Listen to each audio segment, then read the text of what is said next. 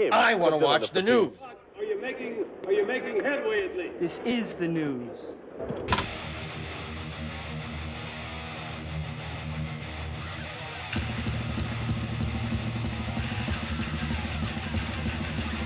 Schmack-a-magub, it's time for the only news that matters.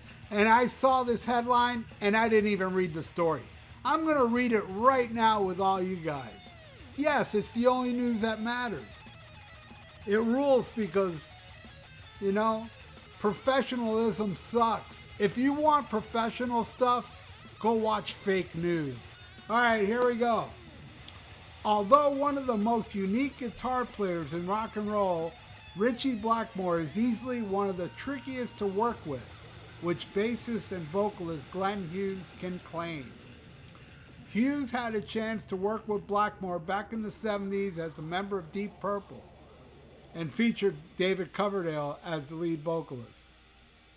Although already experienced with his band Trapeze, Hughes made a great breakthrough in Purple, with audiences getting the chance to hear his impeccable voice.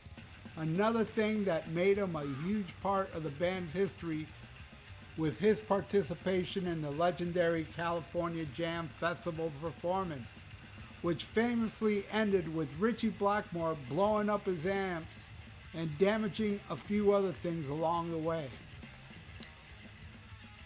He promoted his new album, Chosen. Glenn Hughes sat for a chat with Ultimate Guitar, recalling what Blackmore was really like, as well as the infamous incident at California Jam. He said, genuinely talented. I think in the early 70s, him, Clapton, and Beck were the top three guitarists, in my opinion, in England. Slightly different to work with. An isolator, didn't really mingle with anybody. It was difficult. Again, I have the great utmost respect for Blackmore. He's an incredible guitar player and a funny guy, but he wasn't that easy to work with. I gotta say, right? The headline is, he wasn't easy to work with, Glenn Hughes. All right. You see, it's not clickbait, but it kind of is. It was like, all right. He wasn't easy to work with. Let me read this story, what's going on here. And yeah, he says a bunch of nice things and then he ends it with that, you know. So it's not really a dig at him. But you know, what can you do? So he said, we didn't know about the California Jam with Blackmore blowing up all the amplifiers. All I know is that the festival was running an hour ahead, so it was running quickly. Sabbath had just finished and we were asked to go on right after that. We had a contract saying that we go on at sunset, and it wasn't sunset, it was still sunny. And Blackmore had a meltdown, as you can remember, and he wouldn't play, so for 45 minutes they were trying to get him out of the trailer, and they finally broke in there, and he wasn't dressed to go on stage, and basically he was forced to go on stage. Consequently, the air in the camp was now dark. When he was dark, it was all off. So we went on stage, and it was an incredibly aggressive, loud show. But we didn't have any idea he was going to pour gasoline on his amplifier. We had no idea. Well, there you go. Still a cool story, you know. I love that California. Yeah, look, Sabbath is my favorite band, and they played an incredible set.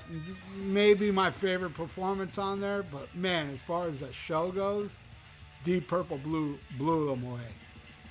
That part where that amplifier, that whole speaker system blew up, you can see like Blackmore's getting pushed forward from the force of the explosion.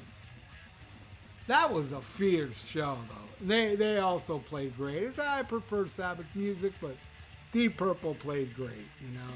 Burn. They opened with Burn, that damn riff.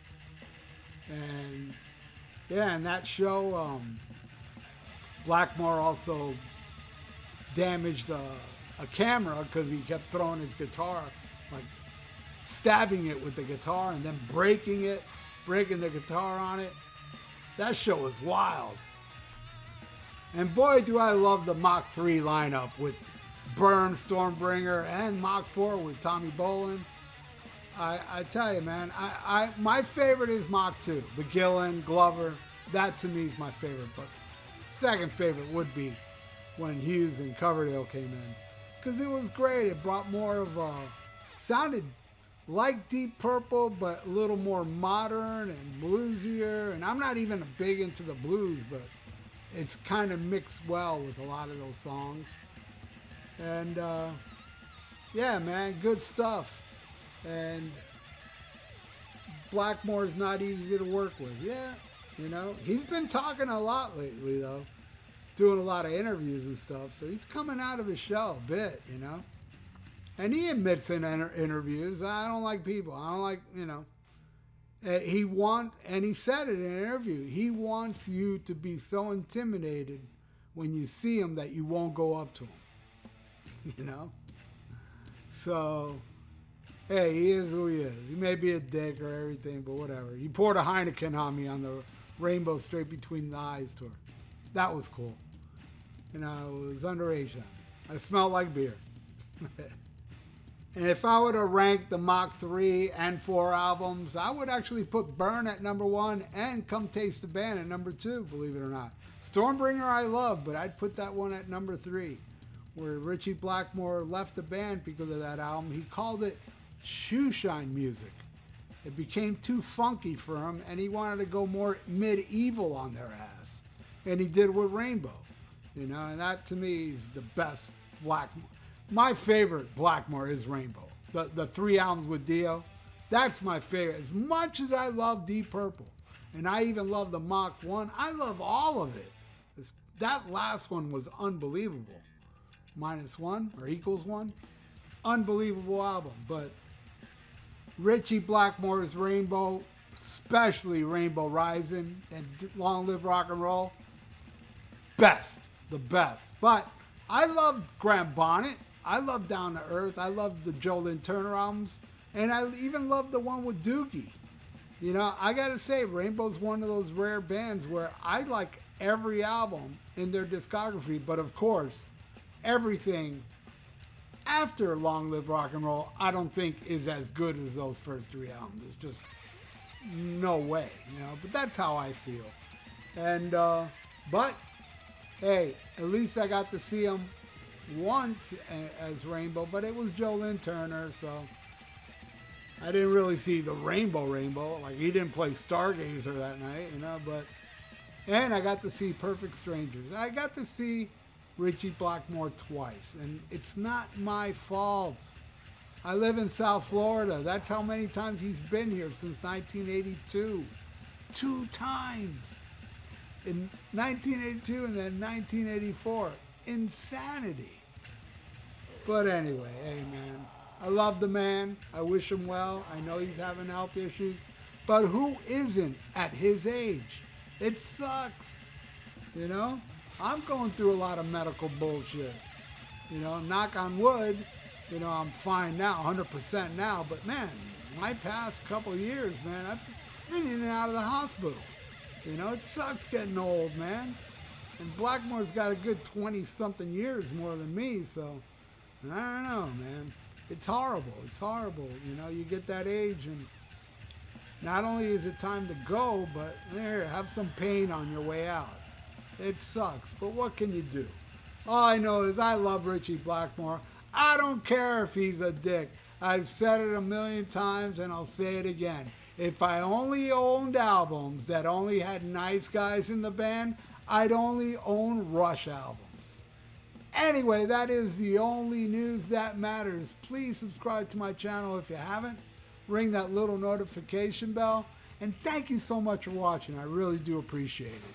And like the video, it's good for the YouTube algorithms. So stay frosty. Listen to Ritchie Blackmore's. No, listen to Rainbow. No, wait. No, listen to Mach 3. Listen to them all and smack 'em a gob. Farewell and adieu to you fair Spanish ladies. Farewell and adieu, you ladies of Spain. For we've received orders for to sail back to Boston. And so never more shall we see you again.